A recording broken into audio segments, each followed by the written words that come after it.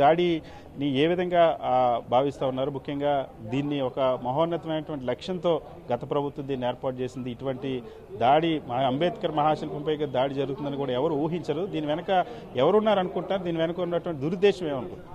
ఈరోజు ఏదైతే ఈ రాష్ట్రంలో నడుస్తున్న రెడ్ బుక్ రాజ్యాంగం ప్రకారం సాక్షాత్తు ఈరోజు భారతదేశంలో కాదు ప్రపంచవ్యాప్తంగా అభిమానించే మహనీయుడు నాయకుడైన డాక్టర్ బిఆర్ అంబేద్కర్ గారు ఒక విగ్రహాన్ని ధ్వంసం చేయాలని ఒక ఆలోచనతో తెలుగుదేశం పార్టీ నాయకులు ఒక దుండగులు ఈరోజు నిన్న రాత్రి అంటే 1 గంటకో 2 12 కాదు, ఈరోజు ఏదైతే బందర్ రోడ్డు ప్రాంతంలో పక్కనే కలెక్టర్ గారు, పోలీస్ కమిషనర్ గారు, మున్సిపల్ కమిషనర్ గారు ఎదురుకుండా ఆంధ్రప్రదేశ్ హైకోర్టు చీఫ్ జస్టిస్ గారి ఇల్లు ఉంది, పక్కన గవర్నర్ గారు ఉన్నారు. వీళ్ళందరూ చుట్టూ ఉన్న ప్రాంతంలో రాత్రిపూట దుండగులు వచ్చి అంబేద్కర్ గారి విగ్రహాన్ని సుత్తులతో అదేవిధంగా అన్నిటితో రాళ్లతో దాడి చేయాలని చెప్పని, అదేవిధంగా ఈరోజు 400 కోట్లతో ఏదైతే జగన్మోహన్ రెడ్డి గారు ఒక నాయకత్వంలో నిర్మించిన అంబేద్కర్ గారి స్టాచ్యూ ఆయన పేరు ఉండకూడదని చెప్పిన ఒక లక్ష్యంతో దుండగులు లైట్లు ఆఫ్ చేసి దొంగల్లాగా లైట్లు ఆఫ్ చేసి ఇళ్లలోకి వెళ్ళి ఏ విధంగా అయితే దొంగతనాలు చేస్తారో ఆ విధంగా దుండగులు వచ్చి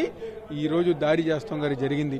దీని ఈరోజు వైఎస్ఆర్ కాంగ్రెస్ పార్టీయే కాదు రాష్ట్రంలో ఉన్న అంబేద్కర్ గారు ఒక అభిమానులు ప్రతి ఒక్కరి గారు తీవ్రంగా ఖండించి ఈరోజు అదేవిధంగా పోలీసు వారికి కానివ్వండి, కలెక్టర్ గారికి కానివ్వండి, వాళ్ళందరికి గారా ఈరోజు ఒక రిప్రజెంటేషన్ ఇచ్చి ఎవరైతే ఈ యొక్క చర్యకు పాల్పడ్డారో వీళ్ళ వెనకమాల ఎవరైతే ఏ నాయకులైతే ఉన్నారో ప్రతి ఒక్కరిని గారా ఈరోజు శిక్షించాలని చెప్పి ఈరోజు వైఎస్ఆర్ కాంగ్రెస్ పార్టీ తరఫున అందరూ గారు డిమాండ్ చేస్తున్నాం.